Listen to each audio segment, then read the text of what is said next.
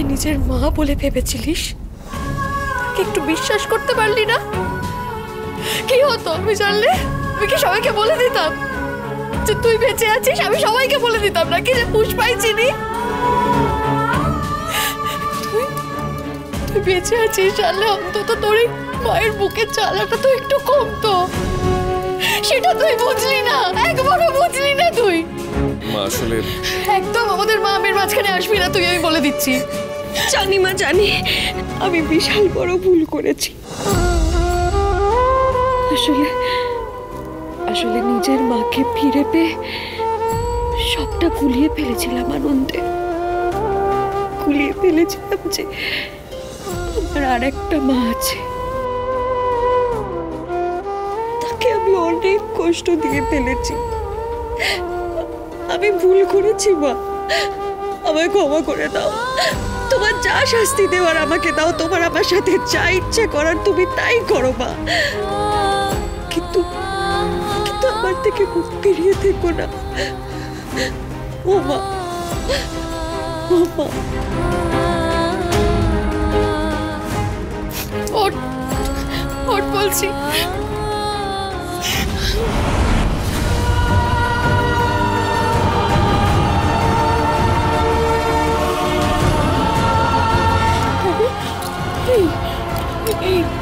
তুই কি বলি আমাকে? তোর মা ফিরে এসেছে মানে? আলাপি আলাপি আলাপি কোথায়? জানি না গো মা, মালিক যেন কোথায় একটা লুকিয়ে রেখেছে, কিছুতেই খুঁজে পাওয়া যাচ্ছে না। সে কি করে হলো সব? যজ্ঞের সময় মায়ের ওখানে যাওয়ার কথা ছিল, কিন্তু মা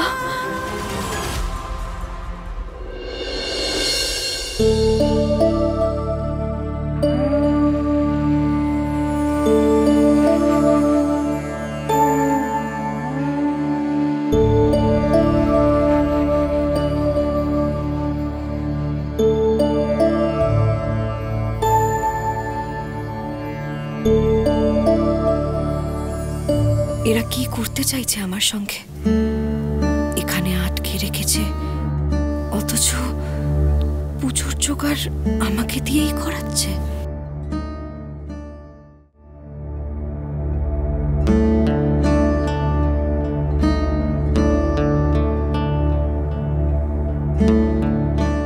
এই মন্দিরটা কি আমি চিনি? নাকি এও আমার মনের ভুল? হয়তো সব ভুলে গেছি বলেই এমনটা হয়। হয়তো আগে যেখানে ছিলাম সেখানে এমন কোনো মন্দির দেখেছি হয়তো।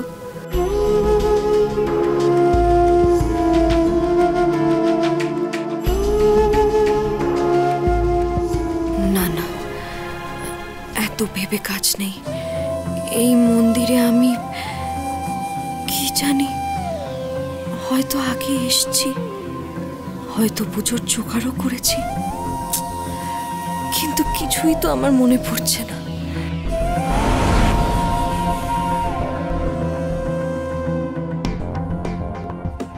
কি হলো আলাপি, পুজোর আয়োজন হয়েছে?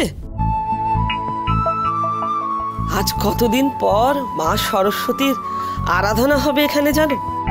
কাল বলেছিলাম না তোমার জন্য একটা চমক আছে।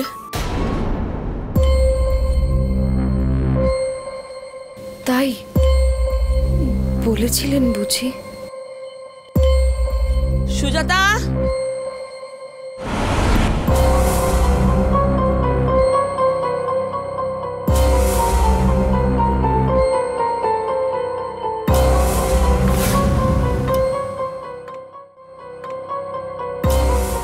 নাও ধরো।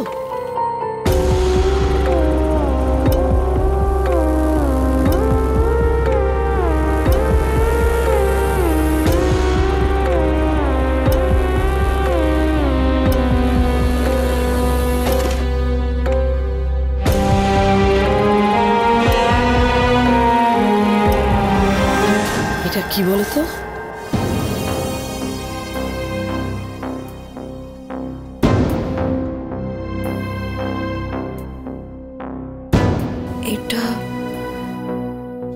এটা তো রুদ্রবীণা।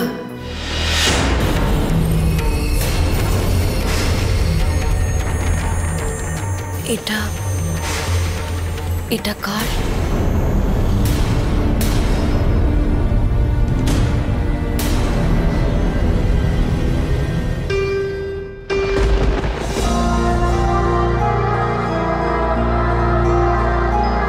এটা আমায় কেন দিচ্ছে এরা?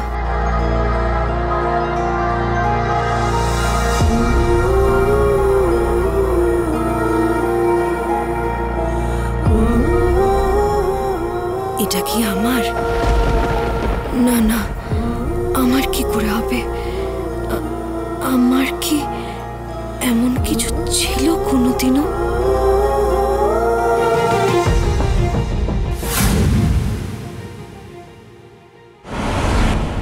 ওহ, অনেকটা দেরি হয়ে গেছে।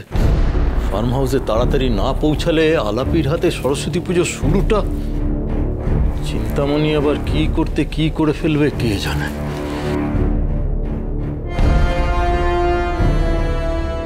মালিক আজ বেরোলেই পেছন পেছন যেতে হবে, কিছুতেই এই সুযোগ ছাড়া যাবে না।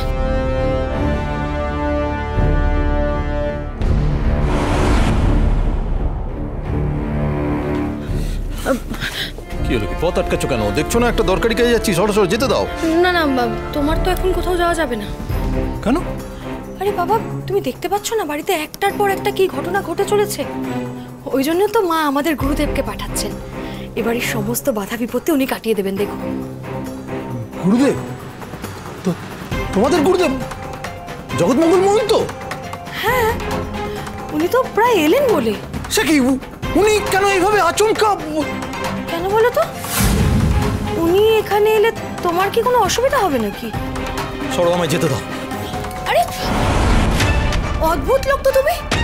গুরুদেব আসছেন এবারে মঙ্গলের জন্য, আর তুমি চলে যাবে? আরে বাবা, আমি তো বললাম আমার কাজ আছে, জরুরি কাজ আছে, আমাকে এক্ষুনি যেতে হবে, নইলে। জানি,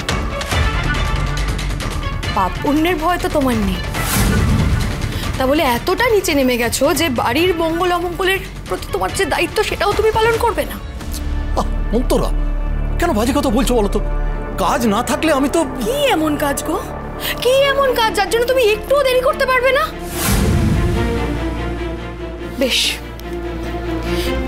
গুরু বন্দনাটা হয়ে যাক, তারপর না হয় যেও।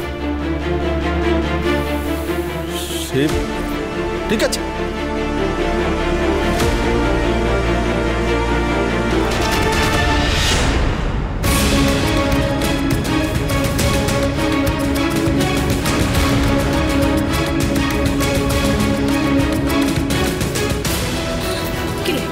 কোথায় যাচ্ছিস তুই? আরে মালিক তো চলে গেলেন, ওনার পেছনে যেতে হবে, নাহলে তো না। এখন কোথাও যাবি না তুই, বাড়িতে গুরুদেব আসছেন, তোরা দ্রোণের হাতটা একটু ওনাকে দেখাবো আমি।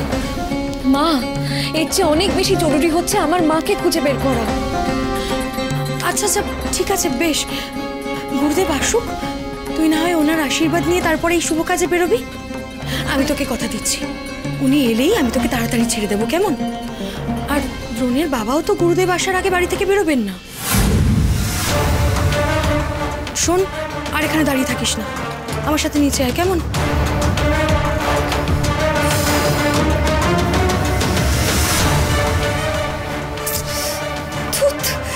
মায়ের গুরুদেবকে এখনই আসতে হলো। মালিক যদি মায়ের কথা না শুনে বেরিয়ে যায় তাহলে? জয় সর্বমঙ্গলার জয়, জয় চামুণ্ডে মুন্ড মালিনীর জয়। গুরুদেব এসে গেছেন। আর দ্রোণ, তুই আর চিনি মিলে গুরু পুজোটা সেরে নিবি, কেমন? একজন মানুষকে আমাকে পুজো করতে হবে, আর এইভাবে বাড়ির মঙ্গল হবে? সরি দ্রোণ, আপনি অন্তত আমার মুখের দিকে চেয়ে হ্যাঁ করে দিন। এখন অ্যাডভান্সটা পেয়ে গেলে আমি নিচে যেতে রাজি।